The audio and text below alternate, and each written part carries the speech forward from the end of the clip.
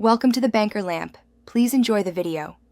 You'll begin by confirming carrier support and connecting to a reliable Wi-Fi network. This matters because Wi-Fi calling and Wi-Fi SMS need carrier routing plus good upstream. Once done, open Settings and search for Wi-Fi calling. If you don't see it, check Mobile Network or Advanced SIM settings.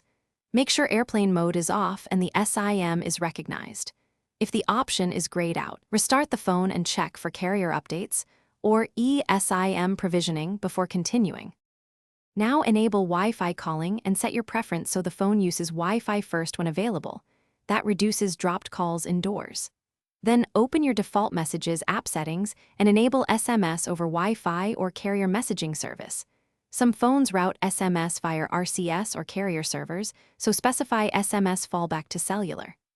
Grant required permissions, call logs, SMS, location, so registration and emergency address provisioning work. If using dual SIM, confirm which SIM. Finish by testing. Make a call and send a text while on Wi-Fi to confirm voice quality and message delivery. Note caller ID behavior and handoff to cellular when you move away from Wi-Fi. If calls drop or texts fail, toggle Wi-Fi and mobile data, restart, and re-enable Wi-Fi calling to force re-registration. As a key troubleshooting tip, contact your carrier to confirm provisioning and your emergency address. Many carriers require an accurate address for Wi-Fi calling to support emergency services properly.